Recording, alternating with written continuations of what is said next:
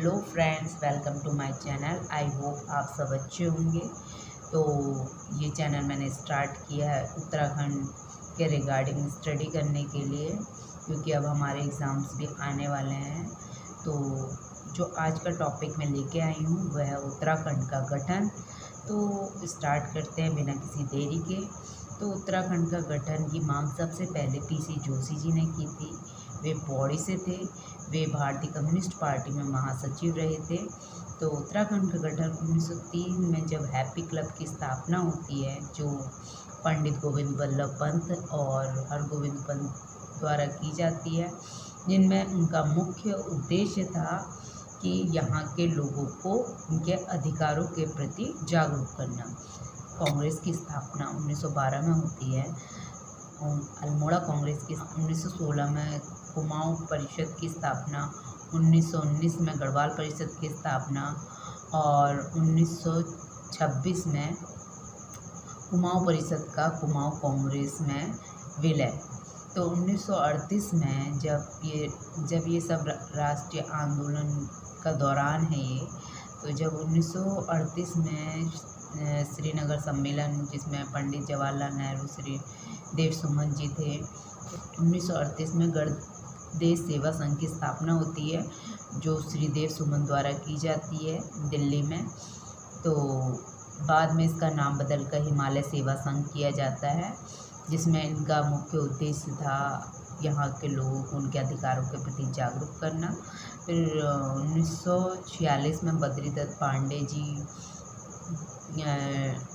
की मांग थी अलग प्रशासन की, जिसमें उनका कहना था जो भी हमारा काम है वो यही हो, हमें कहीं जाने की ज़रूरत ना पड़े। 1955-56 में भारत में पुनर्गठन को लेकर एक आयोग बनता है। इस आयोग का नाम फजल अली आयोग होता है।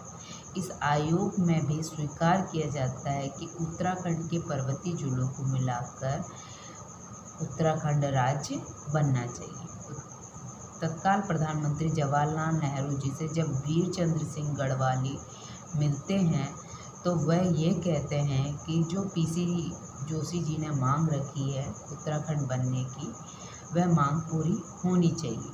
तो 1979 में मसूरी में जब यूकेडी की स्थापना होती है, मीन्स उत्तराखंड क्रांति दल की स्थापना होती है, क्षेत्रीय पार्टी या क्षेत्रीय परिषद की, तो उसकी जो प्रथम अध्यक्ष देवी दत्त जी, जो कुमाऊं विश्वविद्यालय के कुलपति भी रह चुके थे, तो वह उसकी अध्यक्षता करते हैं। यूकेडी 1988 में यूकेडी केंद्र सरकार से कहती है कि हर हाल में उत्तराखंड बनना चाहिए, नहीं तो हम क्या करेंगे, आंदोलन करेंगे। तो ये बात यूकेडी कहती है। कहीं बात चल रही होती है राम मंदिर की, कहीं ओबीसी को 27% आरक्षण की, जिसकी अध्यक्षता इंद्रमणि बडौली जी कर रहे होते हैं। तो ये जो आंदोलन है ये आपस में मर्ज हो जाते हैं। तो ये जब मर्ज होते हैं तो क्या हो रहा था, उत्तराखंड में लगातार हिंसाएं बढ़ने में लगी थी। जब उत्तराखंड में लगातार हिंसा बढ़ने में लगी थी, तो 1 सितंबर 1994 को खटीमा कांड होता है, जिसे काला दिवस भी कहा जाता है, जिसमें शांतिपूर्ण तरीके से रैली निकाली जाती है, जिसमें क्या किया जाता है, पुलिस द्वारा लाठीचार्ज किया जाता है, जिसमें कई लोगों की जान भी जाती है और कई लोग घायल भी होते हैं। तो फिर जब ये सूचना मसूरी में पहुंचती है, तो मसूरी में 2 सितंबर 1994 को क्या होता है, जुलूस निकाला जाता है, जिसमें पुलिस द्वारा लोगों पर गोलियां चलाई जाती है, जिसमें 7 आंदोलनकारी शहीद होते हैं और जिसमें प्रमुख रूप से 2 महिलाएं, जो एक थी हंसा देसाई, दूसरी बेलमती चौहान जी, शहीद होती हैं। जब ये सब कुछ होता है, घटनाएं बढ़ने में लगी है, तो फिर इन लोगों ने सोचा, मीन्स यूकेडी ने सोचा, लोगों ने सोचा कि क्या करना चाहिए, हमें अब संसद का घेराव करना है। फिर क्या होता है, जो बसों में भरकर ये लोग दिल्ली की ओर रवाना हो रहे थे, मीन्स महासंसद भवन के घेराव के लिए। तो जो तत्काल मुख्यमंत्री थे मुलायम सिंह यादव, वो क्या करते हैं, राज्य सरकार द्वारा आंदोलनकारियों की बसों को देते हैं रामपुर तिराहा में, मुजफ्फरनगर रामपुर तिराहा में, जिसमें वहाँ की जो औरतों के साथ बदसलूकी की जाती है, बहुत गलत व्यवहार किया जाता है और लोगों पर लाठीचार्ज की जाती है। जिससे क्या हुआ, इस घटना को रामपुर तिराहा कांड या मुजफ्फरनगर कांड की घटना कहा जाता है। और जब अगली जो घटना है वो 10 नवंबर 1995 की है, श्रीयंत्र टापू घटना है, जिसमें जो श्रीनगर है वहाँ पर जो टापू है नदी के बीच में, वहाँ पर यूकेडी के लोग डिस्कस कर रहे होते हैं उत्तराखंड राज्य को लेकर, तो वहाँ पे भी उनके ऊपर लाठीचार्ज किया जाता है, जिससे इस घटना को नाम दिया गया है श्रीयंत्र टापू की घटना। अब जब ये सब हुआ तो इस घटनाओं को देखते हुए इन घटनाओं को देखते हुए जो केंद्र सरकार के तत्कालीन प्रधानमंत्री SD देवगुणा जी थे, वो कहते हैं कि इस तरीके की घटनाओं को कैसे भी रोका जाए, क्योंकि क्या हिंसाएं बढ़ने में लगी थी। तो वो डिसीजन लेते हैं कि वो 15 अगस्त 1996 में दिल्ली के लाल किले से घोषणा कर देते हैं उत्तराखंड राज्य गठन की।